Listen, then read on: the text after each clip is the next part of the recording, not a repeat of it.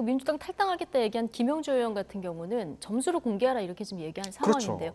점수까지 공개가 안 되더라도 이 납득할 만한 내부의 그 기준은 어떻게 되는 겁니까? 그러니까 이게 지금 현재로서는 뭐 의정 활동, 지역 활동, 공약 이행 이런 것들이 있고 여기에 새로 추가된 게 이제 당무 기여도입니다. 정당 기여도. 네. 예. 이게 이제 사실은 정성 평가거든요. 그런데 물론 뭐 이거 누가 주는지는 몰라요. 외부에다가 예. 위탁을 한 건데 이게 점수가 굉장히 포션이 큽니다. 그렇기 때문에 누가 어떻게 점수를 받았는지 이것 참 공개하기가 좀 어려운 부분이 있어요. 근데 문제는 다른 부분들은 뭐 사실 정당이라고 하는 게 주도권에 따라서 공천이 바뀌기도 하니까 어느 정도 이해가 되는데 근데 박용진 의원 같은 경우에는 네.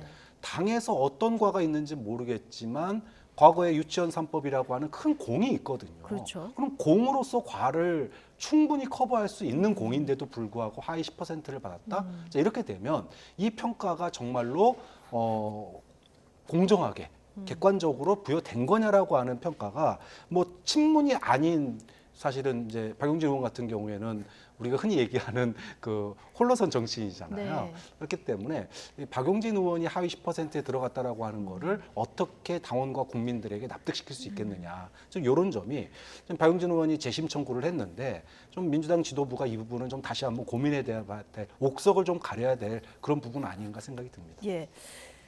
이재명 대표가 당대표 경쟁할 때였던가요? 박용진 후보도 공천 걱정 없게 하는 그런 당을 만들겠다 이런 얘기를 했었던 것 같은데 박용진 의원, 국민들이 이제 말씀하신 대로 유치원 3법 같은 이런 법안들도 기억을 하고 있고 또 당내 대선 후보이기도 했었는데요. 경선 후보이기도 했었는데 자, 이거를 지금 하위 10% 명단에 들어간 부분을 어떻게 보시고요? 앞으로 일단 그것부터 질문드리죠. 아니 그러니까 외부자의 시각에서 예. 보면 아니 박용진 의원 같은 사람이 그것도 하위 10%에 속해서 컷오프 된단 말이야? 그러면 도대체 민주당이 지금 공천관리위원회에서 하고 있는 현역 의원 평가는 어떤 근거와 어떤 기준으로 하고 있길래 저렇게 되지? 라는 다 의심을 가지기에 충분한 지금 사례잖아요. 그래서 제가 이번에 그 민주당 공천 지금 과정을 보면 초기 시작될 무렵에는 사실은 윤석열 정권 심판론에 기대서 네. 부자 몸조심하듯이 되게 오만한 그 태도를 가지면서 이제 진행이 됐었는데 지금은 거의 이제 공천이 이렇게 수렁에 빠지고 있는 듯한 느낌이 드는데 이미 왜 검증위가 있었잖아요. 네. 검증위 과정에서부터 비판적인 지적이 뭐가 있었냐면 비명은 횡사하고 친명은 횡재하는 거 아니냐 이런 문제 제기가 있었는데 이번에 현역 의원들에 대한 평가 자료가 하나씩 그 발표되는 사례를 보면 그거를 다시 한번 확인시켜주는 네. 이런 결과들이 나오고 있는데 제가 이걸 보면 오늘 뭐 이재명 대표는 이거는 환골 탈퇴를 위한 불가피한 진통인 예. 것처럼 그 이야기를 하셨지만 사실은 이게 누구를 위한 무엇을 위한 환골 탈퇴냐 이런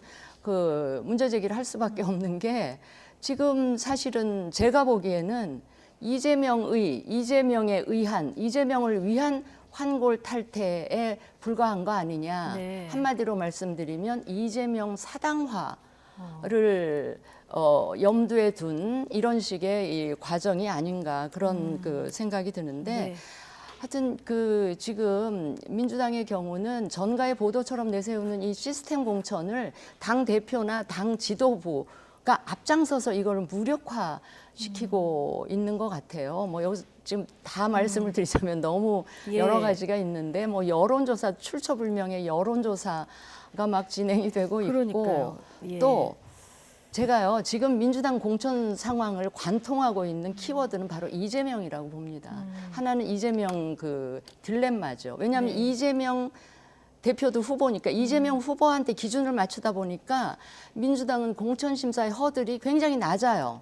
네. 낮다 보니 예컨대 노웅래 의원 같은 분 또 돈봉투 비리에 연루된 의원들을 하나도 자르지를 못하는 이런 상황이 되니까 그걸 우회해서 당 대표가 직접 전화 걸어서 불출마를 종용을 하고 뭐 이런 식의 편법들 이게 시스템 공천이 전혀 아니죠. 뭐 이런 일들이 자행되는가 하면 또 온갖 그 대표 주변에 있는 그 비선 라인이나 뭐 이런 뭐 경기도 팀도 얘기가 나오는데 이런 쪽에서 출처불명의 막 여론조사가 네. 비명 의원 지역구 중심으로 그런데 비명 그 의원 그 지역구 의원 당사자는 제끼고 다른 친명 의원들을 집어넣어서 경쟁력 조사를 하는 이런 그 해괴한 여론조사들이 난무하고 저는 이 모든 이 공천 상황을 관통하고 있는 키워드는 결국 이재명 같아요. 예.